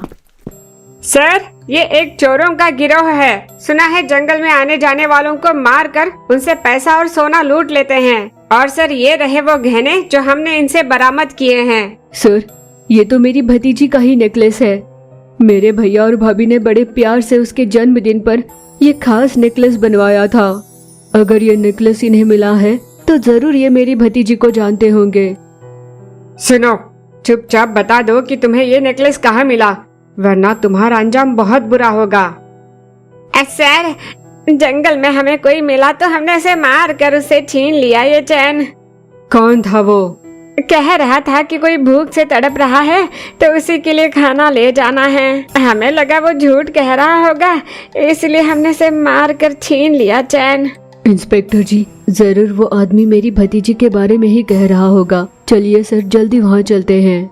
फिर पुलिस ने उन चोरों से पूछकर जान लिया कि जंगल के किस रास्ते पर उन्होंने गंगाराम को मारा था। उन्हें गंगाराम का शव मिल गया। पुलिस और चंदू ने मिलकर आसपास की सारी जगह छान मारी। कुछ दूर जाने के बाद चंदू ने देखा कि नंदिनी बेहोश होकर एक पत्थर पर पड़ी है, पर वो पत्थर कोई साधारण पत्थर नहीं था, बल्कि गांव वाले पूरी श्रद्धा से जिस पंजरली भगवान की पूजा करते थे वो वही था। भगवान पंजरली जी, आपने ही मेरी भतीजी की जान बचाई, धन्यवाद। चाचा चंदू ने नंदिनी को घर ले गया। उस दिन से चंदू ने ही नंदिनी के माता पिता की कमी को पूरी की और उसकी अच्छे से परवरिश करने लगा। शोभा रो रही थी क्योंकि वो अपने माता पिता से बिछड़ गई थी। माँ, बाबूजी। यूं वो रोए जा रही थी और उधर उसके माता पिता गांव भर में उसकी तलाश कर रहे थे। भगवान पंजरली जी, आप कहाँ हो? ऐसे मुश्किल समय में ही तो आपके सहारे की जरूरत है हमें। कहाँ हो भगवान? यूं वो भगवान पंजरली से प्रार्थना कर रही थी कि उधर शोभा के पास भगवान जी प्रकट हो गए। रो मत बेटा, मैं तुम्हें तुम्हारे माता पिता के पास ले जाऊंगा। मेरा हाथ थाम लो। शोभा ने खुश होकर उनका हाथ थामा। फिर भगवान जी तुरंत शोभा को लिए उसके घर पर गए। उसे उनके माता पिता के पास सौंप दिया। बेटा, हमने तुम्हें कहाँ कहाँ नहीं ढूंढा और तुम्हें यहाँ कौन लेकर आया? माँ, मुझे भगवान पंजरली यहाँ पर ले आए। ये जानकर माता पिता और भी ज्यादा खुश हो गए। मन ही मन भगवान जी का आभार माना और खुशी खुशी घर वापस लौटे। वे दोनों मिलकर मटकों का व्यापार करते थे। जितना उनके पास था उसी में पति पत्नी खुशी खुशी अपना गुजारा करते थे। यूं ही दिन बीत रहे थे। गर्मी बहुत ज्यादा बढ़ गई है, कड़ी धूप लग रही है। यूं वे दोनों आपस में बात कर रहे थे। मटकों के व्यापार के लिए ये साल का बहुत ही सही समय होता है। वे दोनों पेड़ के नीचे खड़े मटके बेच रहे थे। तभी एक तेजी से कार आई और उनके पास आकर खड़ी हो गई। लगता है बड़ा ग्राहक आया है। शांति अपने हाथ में 2 मटके लिए उस कार के पास गई और मटकों के लिए उन्हें पूछ ही रही थी। सुनिए जी, मैं आपको बच्चा नहीं दे सकती और समाज में आपका मजाक बने ये मैं नहीं सह पाऊंगी। ऐसा कुछ नहीं होगा शांति, हमारे भी अच्छे दिन आएंगे। उनकी बातें सुन रही शांति ने आवाज लगाई। भाई साहब। उस आदमी ने चिढ़कर कहा, हमें मटके वटके कुछ नहीं चाहिए, आप जाइए यहाँ से। हाँ ठीक है, पर मेरी एक बात तो सुनिए। क्या है? आपकी संतान नहीं है इसलिए आप दुखी हो ना। मेरी मानो तो एक बार भगवान पंजरली जी के दर्शन कर लो, जरूर आपका भला होगा। और मंदिर भी यहीं पास में है, मेरी मानिए, जाकर एक बार दर्शन कर लीजिए। शांति की कही बात उन दोनों ने मान ली और उसका आभार मानकर वे दोनों सीधे वहाँ से मंदिर चले गए। मंदिर में बहुत सारे भिखारी बैठे हुए थे। तब कार में बैठी महिला ने कहा, सुनिए जी, मुझे इन्हें देखकर बहुत बुरा लग रहा है, क्यों ना हम कम से कम एक दिन इन सब की भूख मिटाएं। फिर वे दोनों मंदिर में गए और भगवान पंजरली जी के दर्शन कर उन्हें अपने दिल की बात बताई। फिर अगले ही दिन उन पति पत्नी ने गरीब लोगों के लिए लंगर लगवाया। ये देख पंजरली भगवान ने जोर से गूंज लगाई और एक साधु के रूप में वहाँ प्रकट हुए और वहाँ पर चले गए जहाँ लंगर लगा हुआ था। साधु जी ने पेट भर भोजन किया। इसी तरह भूखे की भूख मिटाओ, बहुत जल्द तुम्हारे घर एक खुशखबरी आएगी। इतना कहकर साधु जी वहाँ से चले गए। पति पत्नी ने उनकी बात सुनी और दुगने उत्साह से अन्नदान करने लगे। 3 महीनों के बाद पता चला कि वो महिला गर्भवती है। सुनिए जी, हम जल्दी ही उस औरत के पास चलते हैं जिसने भगवान पंजरली के बारे में हमें बताया। अपनी पत्नी की इच्छा पूरी करने के लिए पति उसे शांति के पास ले गया।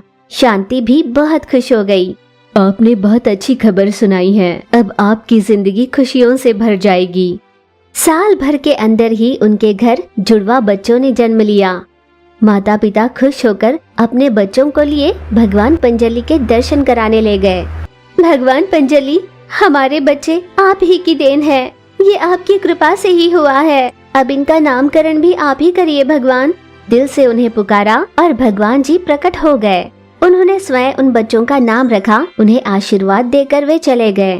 स्वयं भगवान जी ने ही दर्शन दिए। इस बात से दोनों की खुशी का ठिकाना नहीं रहा। इस बात का पता जैसे ही पूरे गांव भर में फैली, सभी गांव वालों के मन में पंजरली भगवान जी के प्रति श्रद्धा बढ़ने लगी। उनके दर पर आए हर भक्त की इच्छा पूरी कर भगवान जी हमेशा उन्हें सुखी रखते। शंकर ने मकई की फसल डाली थी जो बहुत ही अच्छी निकली थी। उसकी बेटी शोभा और पत्नी शांति ने ये देख कहा, सुनिए जी, भगवान पुंजरली की कृपा से इस बार फसल बहुत अच्छी निकली है। इस बात को लेकर जहाँ खुशी है वहीं थोड़ा डर भी है कि कहीं इसे नजर न लग जाए, क्योंकि गांव में सभी अपनी फसल के बारे में ही बात कर रहे हैं। सब पुंजरली भगवान देख लेंगे। बहुत समय तक उन तीनों ने वहीं पर समय बिताया, फिर अपने घर लौटे। फिर रात होने लगी। शांति, चलो मैं खेती पर जा रहा हूँ, तुम दोनों अपना ख्याल रखना। खेती की रखवाली करने शंकर वहाँ पर जाकर सो गया। इतने में कुछ लोग शंकर की फसल को बर्बाद करने के लिए कुछ दवाई लेकर उसकी खेती पर आए। इससे पहले कि दवाई छिड़ककर उसकी फसल बर्बाद करते, भगवान पंजरली ने प्रकट होकर जोर से गूंज लगाई। उस गूंज को सुनकर शंकर की आंख खुल गई। उन दोनों आदमियों ने जैसे ही भगवान को देखा, थरथराकर वहाँ से भाग निकले। कौन है वहाँ? शंकर उनका पीछा करने लगा। ये देख पुंजरली भगवान वहाँ से अदृश्य हो गए। पग पग पर हमारी रखवाली करने के लिए हे भगवान पुंजरली, आपका बहुत धन्यवाद। वहाँ पर रखे दवाई को शंकर ने देखा। कौन है जो मेरी फसल बर्बाद करना चाहता है, और ऐसा क्यों करना चाहता है? ऐसा मन ही मन सोचकर शंकर उस रात सोया ही नहीं। पूरी रात उसने जाग कर ही अपनी खेती की रखवाली की। सवेरा होते ही वो अपने घर लौटा। सुनिए जी, मैं कितनी देर से आपके लौटने का इंतजार कर रही थी। क्यों, क्या हुआ? आप कल रात में ऐसे निकले और हम दोनों यहाँ पर गहरी नींद में सो रहे थे कि मैंने अचानक किसी की जोर से चिल्लाने की आवाज सुनी। मेरी आंख खुली और मैं बाहर आई। कौन है वहाँ जो इतनी जोर से चिल्लाया? कौन है? मैंने देखा भगवान पुंजरली किसी का पीछा कर रहे थे। हमारे घर में चोरी होने से हमें बचा लिया। भगवान जी ने ही अपनी रक्षा की है। फिर शंकर ने भी बीती रात जो घटना खेती में घटी थी उसके बारे में पत्नी को बताया। सच कहती हूँ, भगवान पंजरली पग पग पर हमारी रक्षा के लिए खड़े हैं। भगवान जी के प्रति उन दोनों की श्रद्धा और भी गहरी हो गई। फसल की कटाई के लिए शंकर एक दिन गांव में कुछ लोगों के पास उनकी मदद के लिए गया। आपकी फसल बहुत ही बढ़िया निकली है, 1001 दिन का दोगे तभी हम आएंगे। ये तो बहुत ज्यादा है। इस बार मेरी फसल अच्छी निकली तो सभी मेरी किस्मत पर जल रहे हैं। शंकर वहाँ से उदास लौटकर घर पहुँचा। पत्नी से उसने सारी बात कही। मुझे सब समझ में आ रहा है जी, सभी अपने दुश्मन बन गए हैं। आज तक गांव में जिसकी भी फसल अच्छी निकली, हमने उनकी खुशी में खुशी ही जताई है। हमेशा औरों के लिए भगवान से प्रार्थना भी की है, पर इस तरह कभी किसी पर जले नहीं है। पर ये सभी हमारे साथ ऐसा क्यों कर रहे हैं, समझ में नहीं आता। खैर कोई बात नहीं, हम मिलकर ही अपनी फसल काटेंगे। पर शांति, हम दोनों मिलकर कितनी फसल काट पाएंगे? बाबूजी, मैं भी आप दोनों के साथ फसल की कटाई करूंगी। हम मिलकर कर लेंगे बाबूजी। शंकर बेटी की ओर देखकर मुस्काया। फिर वे तीनों अपनी खेती पर फसल की कटाई के लिए चले गए। तीनों ने मिलकर काम शुरू भी किया। तभी अचानक पुंजरली भगवान आए और जोर से गूंज लगाई। अपनी दिव्य शक्ति से भगवान जी ने उनकी मदद की। एक झटके में पूरी फसल की कटाई कर उसकी ढेर लगाई।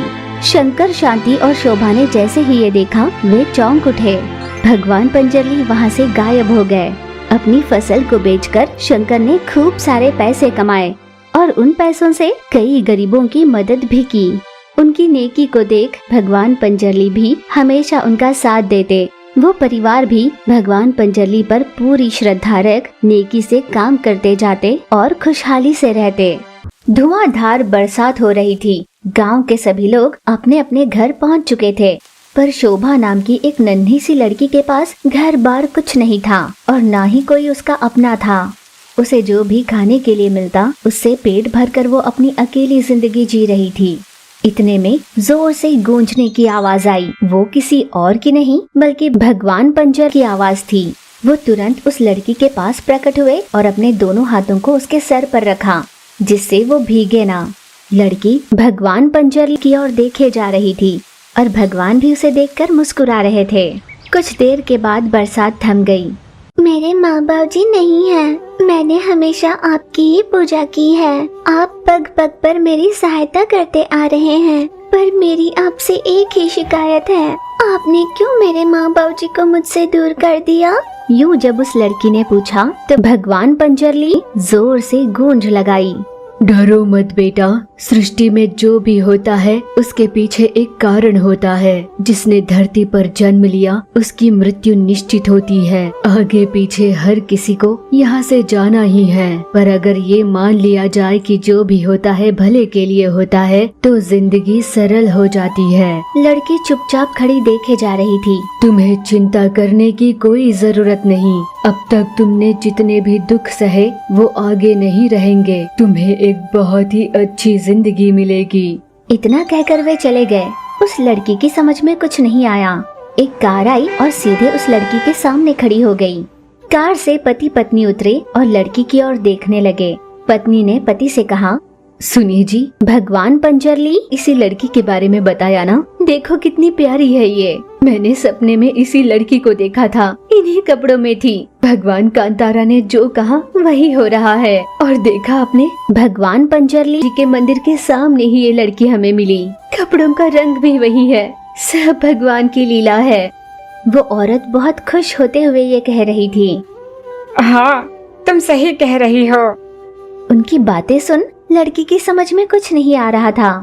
बेटा, हमारी बातें तुम्हारी समझ में नहीं आ रही है ना? दरअसल भगवान पंजरली तुम्हें हमें सौंपा है, हम तुम्हें गोद ले रहे हैं। तब जाकर बात लड़की के समझ में आई। अच्छा, तो अभी कुछ देर पहले भगवान पंजरली मुझसे जो कह रहे थे वो अब मेरी समझ में आया। वो अपनी बात से नहीं मुकरते। वो जो भी करते हैं वो चमत्कारी होता है। जो भी करते हैं भले के लिए करते हैं। अगर उन्होंने कहा होगा तो होगा और नहीं तो नहीं। तभी तो वो भगवान बन चुके हैं। ये कहती हुई लड़की बहुत खुश हो गई और मन ही मन उनके साथ जाने के लिए तैयार भी हो गई। लड़की को अपने साथ लिए पति पत्नी ने भगवान पंजरली के दर्शन कर लिए। भगवान जी, आज हम बहुत खुश हैं। सभी डॉक्टर ने यही कहा कि मैं कभी मां नहीं बन सकती। हम जैसे निसंतान को आपने संतान दी। यो भगवान का आभार मान वे दोनों लड़की को लेकर चले गए। जैसे ही वे वहाँ से निकले, भगवान पंजरली ने जोर की गूंज लगाई और प्रकट होकर कहा, तुम्हारे साथ सब भला ही होगा। अब तुम्हारी जिंदगी सुखमय होगी। इतना कहकर वे अदृश्य हो गए। लड़की उन पति पत्नी के साथ बहुत खुश रहने लगी। यूं ही दिन बीत रहे थे। हर रोज की तरह लड़की एक दिन स्कूल जा रही थी तो रास्ते में उसने एक भिखारी को देखा। उस लड़की को लगा जैसे उस आदमी को उसने पहले कहीं देखा है। वो तुरंत उसके पास गई। सुनिए, मुझे लगता है मैंने आपको पहले कहीं देखा है। यूं उसने ध्यान लगा कर देखा तो उसे याद आया कि वो उनके गाँव के प्रेसिडेंट हुआ करते थे। उस समय वो भगवान पंजरली के मंदिर को बनाने के खिलाफ थे, जिसमें वो विफल हो गए और अपने कर्मों की वजह से आज भिक्षा मांग रहे थे।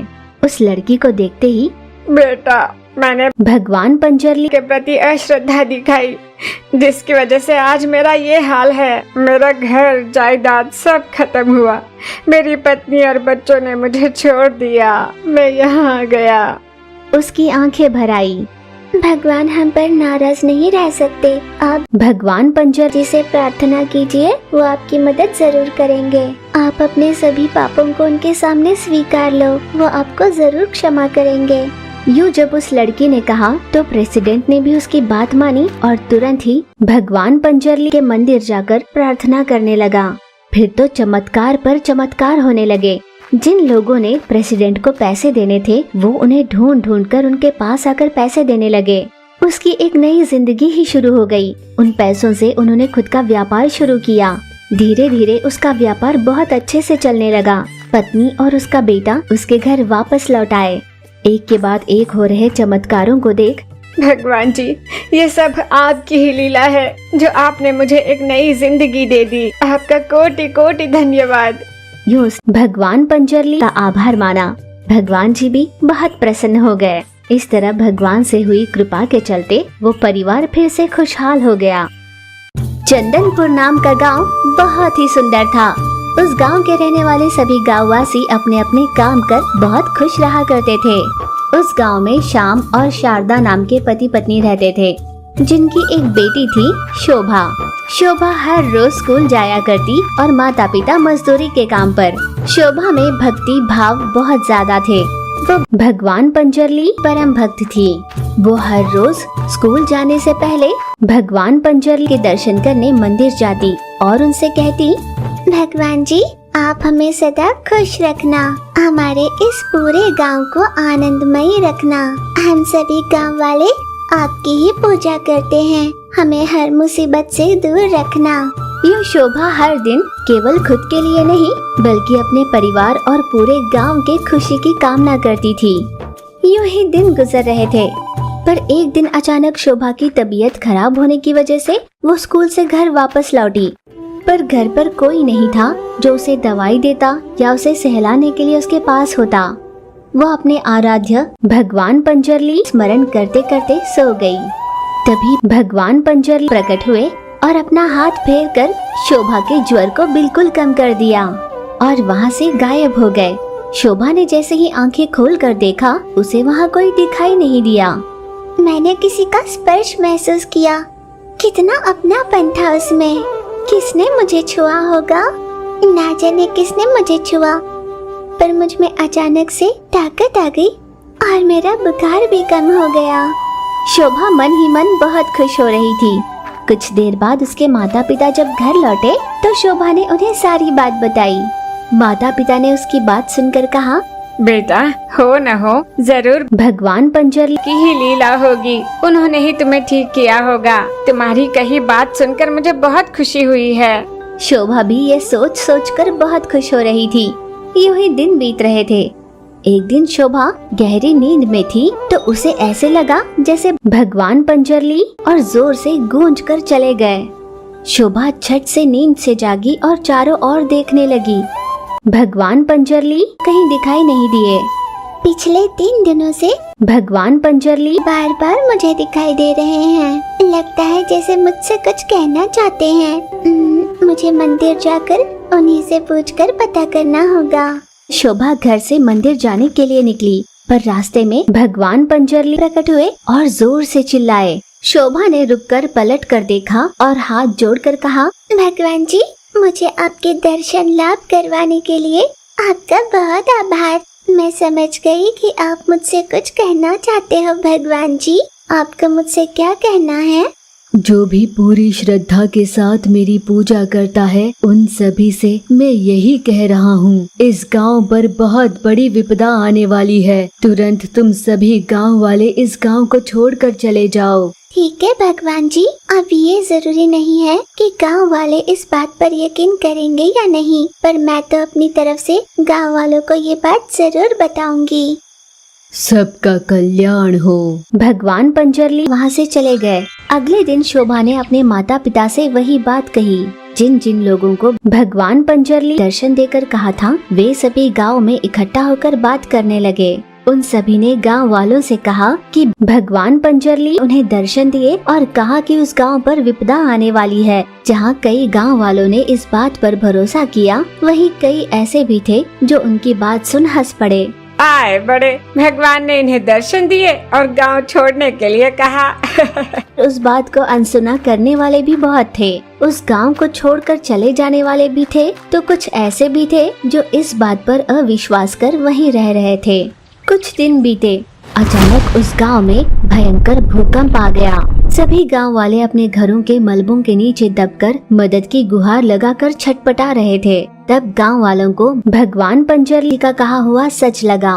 तब जाकर गांव वालों ने कहा, भगवान जी हमारी रक्षा करो, मदद करो भगवान जी। यूँ जैसे ही पूरे गांव वालों ने भगवान पंजरली को पुकारा तो वे प्रकट हुए और सभी गांव वालों की जान बचाई। सभी ने भगवान पंजरली जय जयकार की। भगवान पंजरली की कृपा से गांव वाले सभी सुरक्षित थे। उन्होंने सबको बचा लिया। फिर गांव वाले उस गांव को छोड़ कहीं और चले गए। वहां पहुंचकर उन्होंने गांव वालों को सारी बात बताई। उसी गांव में रहकर सभी ने भगवान पंजरली का मंदिर बनाया। सभी गांव वाले पूरे विश्वास और श्रद्धा के साथ भगवान की पूजा करने लगे। भगवान पंजरली जिन्होंने सभी गांव वालों की जान बचाई थी, गांव वालों के मन में उनके प्रति श्रद्धा और भक्ति बहुत ज्यादा बढ़ गई। सभी नित्य भगवान पंजरली पूजा करते, जिससे पूरा गांव हमेशा खुशहाली से जीने लगा। गांव वालों को इस बात पर पूरा विश्वास हो गया था कि भले ही उनकी जिंदगी में जैसी भी तकलीफ आए, अगर वे पूरी श्रद्धा के साथ भगवान पंजरली प्रार्थना करेंगे तो वो उनकी जरूर सुनेंगे। हमेशा सभी गांव वाले सुखी रहने लगे। चित्रकूट नाम के एक गांव में शोभा नाम की एक लड़की रहती थी। वो अपने पिता के साथ उनके चाय के ठेले पर जाया करती और वो हर दिन सबसे पहले एक चाय का कप भगवान कांतारा के लिए ले जाया करती। लगता है आपको ये चाय अच्छी नहीं लगी, है ना? तभी तो आप कभी भी चाय नहीं पीते हो और इसी वजह से हमारे ठेले पर भी कोई नहीं आता। बाबूजी के सर पर बहुत सारा कर्ज है, जिसे लेकर वो बहुत चिंता में होते हैं। बाबूजी को देखती हूँ तो मुझे बहुत डर लगता है। हमारी मदद करो भगवान, हमें इस मुश्किल पड़ाव से उभारो भगवान। शोभा ने प्रार्थना की और वापस अपने ठेले पर लौटी।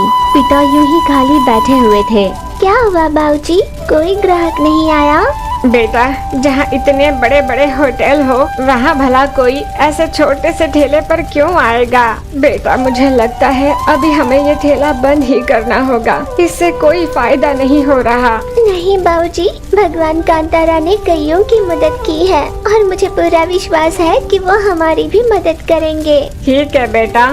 फिर अगले दिन उनके बनाने से पहले ही उनके पतीले में ढेर सारी चाय बनी हुई थी। उनकी समझ में नहीं आ रहा था कि चाय किसने बनाई होगी। अरे, ये चाय किसने बनाई होगी? यूं वे सोच रहे थे कि ग्राहकों का आना शुरू हो गया। अचानक से ठेले पर भीड़ बन गई। सभी को वो चाय देने लगे। उस दिन उनकी बहुत कमाई हो गई। पैसों को देख वे दोनों बहुत खुश हो गए। हो न हो, ये भगवान कांतारा की ही महिमा है बाबूजी, मैं जानती हूँ। हाँ बेटा, मुझे भी ऐसा ही लगता है। पिता ने भी माना। अगली सुबह देखा तो भगवान कांतारा स्वयं वहाँ पर चाय बनाते हुए दिखाई दिए। खिड़की से शोभा ने ये देख लिया था।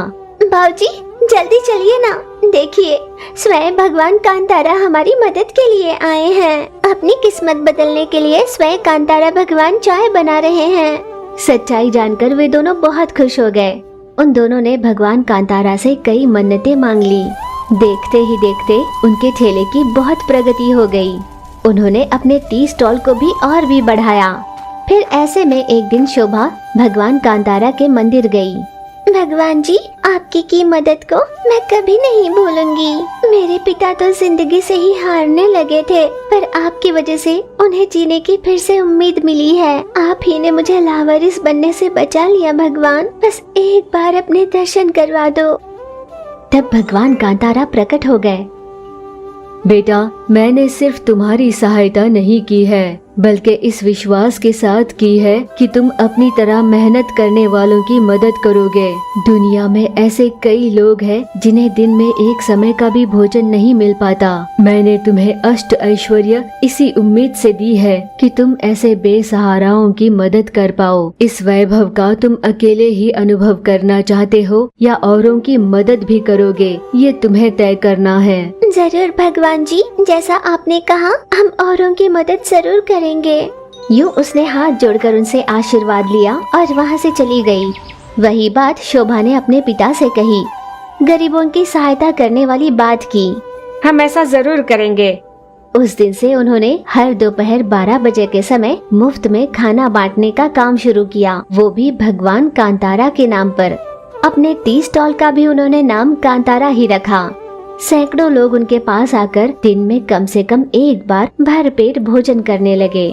यूं उन बाप बेटी ने कईयों की मदद की और भगवान कांतारा के कहे का मान रखा।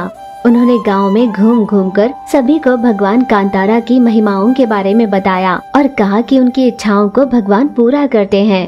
गांव के कई लोगों की श्रद्धा भगवान कांतारा पर बढ़ गई, जिससे हर कोई अपने जीवन में सुखी रहने लगा। इस तरह पूरा गांव भगवान कांतारा का भक्त बन गया और सभी मिलकर उनकी जोरों शोरों से पूजाएं करते। इस तरह भगवान कांतारा ने एक पूरे गांव की जिंदगी ही बदल दी। आधी रात का समय था। घने जंगल के सुनसान परिसर में चमचमाती रोशनी में कांतारा अपने चारों ओर नजर घुमाए अब मैं 10 साल की बालिका को उठाने जा रही हूँ। इस जंगल के बगल में एक छोटा सा खेड़ा गांव है। वहाँ लगभग 20 झोपड़ियाँ होंगी। उनमें से एक ऐसी झोपड़ी है जहाँ से मुझे लड़की उठानी है। ऐसा सोचकर कांतारा उस गांव की ओर चल पड़ा। गांव का पूरा परिसर जगह जगह पर जलती मशाल की रोशनी में शांति से सो रहा था। उनमें से एक घर में माँ मंगला अपने हाथ में छुरी लिए उसके बगल में सहम कर बैठी उसकी बेटी दीपा को हिम्मत दे रही थी। माँ, क्या सच में कांतारा आकर मुझे ले जाएगा माँ? तुमसे दूर जंगल में कहीं मुझे मार डालेगा माँ? माँ, मुझे बहुत डर लग रहा है माँ। बेटा, डरने की कोई जरूरत नहीं। तुम मेरी कोख में पूरी तरह से घूम चुकी थी, फिर भी मैंने जान पर खेलकर तुम्हें जन्म दिया है। तुम्हारे जन्म लेते ही तुम्हारे पिताजी चल बसे। तब से तुम्हारी परवरिश के लिए मैं अपनी जी जान लगा रही हूँ। मेहनत कर तुम्हारी हर तरह से परवरिश कर रही हूँ। इस छुरी से मैं उसे भोंक दूंगी। यूं माँ बेटी बात कर ही रहे थे कि कांतारा अचानक उनकी झोपड़ी में प्रकट हो गया। कांतारा को देख दीपा थर थर कांपने लगी। घबराती हुई मंगला ने, देखो कांतारा, मेरी बेटी को छोड़ दो वरना मैं तुम्हें मार डालूंगी। मैं भगवान हूँ, तुम मेरा कुछ नहीं बिगाड़ सकती। भगवान तो जन्मदाता होते हैं, 10 साल की मासूम बच्ची की जान लेने वाले नहीं। भगवान जो भी करते हैं भले के लिए करते हैं। अब जो मैं करने जा रहा हूँ वो भी यही है। मुझसे वाद विवाद न करो, अपनी बेटी को मुझे सौंप दो। नहीं, मैं आपके साथ नहीं आऊंगी। आपको देखकर मुझे डर लगता है। मैं अपनी माँ को छोड़कर नहीं रहूंगी।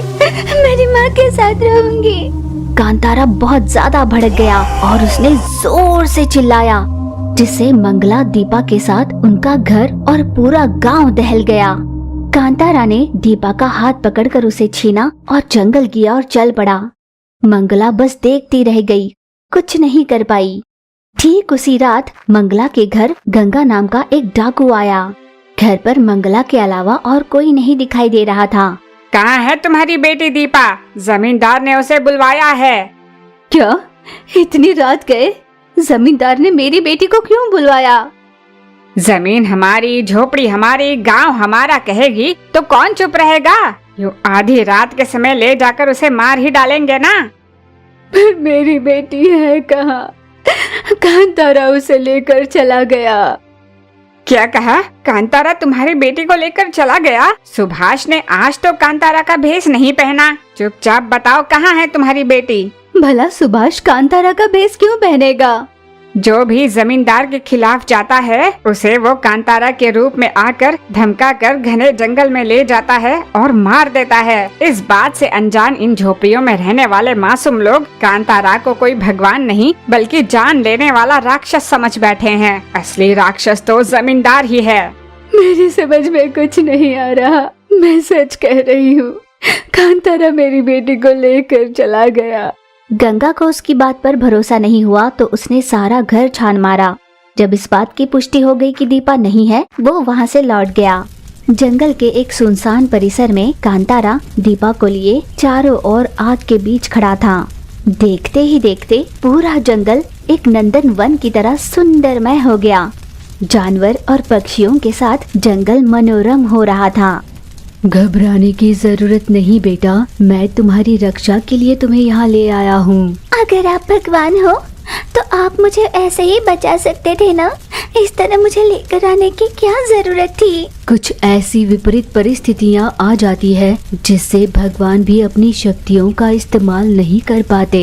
ये मेरा घर है जिसके बारे में कोई नहीं जानता। यहाँ कोई नहीं आ पाएगा। यहाँ हम दोनों खेल सकते हैं, खुश रह सकते हैं। मैं तुम्हें खिलौने भी दूंगा, फिर मैं तुम्हें तुम्हारी माँ के पास भेजूंगा। क्या सच में आप मुझे मेरी माँ के पास भेजोगे? अगर तुम खेलोगी कूदोगी तो मैं तुम्हें जरूर भेजूंगा। दीपा ये जानकर बहुत खुश हो गई और कांतारा के साथ खेलने लगी, समय बिताने लगी। भूख लगने पर कांतारा ने उसे भोजन भी दिया। दीपा ने पेट भर खाना खाया और दीपा की आंखें भी भर आई। बेटा, क्या तुम्हें माँ याद आई? नहीं कांतारा, मैंने आप में ही माँ को देखा। इस तरह दीपा कांतारा के साथ पूरे 3 दिनों तक रही। कांतारा से ही उसने माँ की ममता और पिता का दुलार पाया। 3 दिनों के बीतने के बाद गांव वालों में खबर फैली कि जमींदार का देहांत हुआ है। अगले दिन कांतारा दीपा को लिए मंगला के पास गया और बेटी सौंपते हुए कहा, कम से कम अब इस बात पर विश्वास करो कि कांतारा प्राणों की रक्षा करने वाले देव हैं, न कि कठोरता से किसी के प्राण लेने वाले निर्दयी दाता हैं। अगर इन 3 दिनों में वो जमींदार के हाथ लग जाती तो क्या होता? इसे मारकर वो अपनी आयु बढ़ाना चाहता था। हमसे भूल हो गई जो हमने आपको गलत समझा। आज से मैं मान लूंगी कि कांतारा यानी हमारी रक्षा करने वाले हमारे रक्षक। दीपा आंसू बहाते हुए प्यार से बोली, कांतारा हमारे साथ यहीं पर रहो ना, हम हर रोज साथ में खेलेंगे, कहानियाँ सुनाएंगे। मैं कहीं नहीं जा रहा, ये कांतारा तुम्हारा है, तुम सबका। मुझे हमेशा अपने आसपास ही पाओगे। बस एक बार मुझे पुकारना, मैं तुम्हारे सामने प्रकट होऊंगा। कांतारा ने जोर से चिल्लाया। हाथ जोड़कर प्रणाम किया तो कांतारा जंगल जाते हुए अदृश्य हो गए।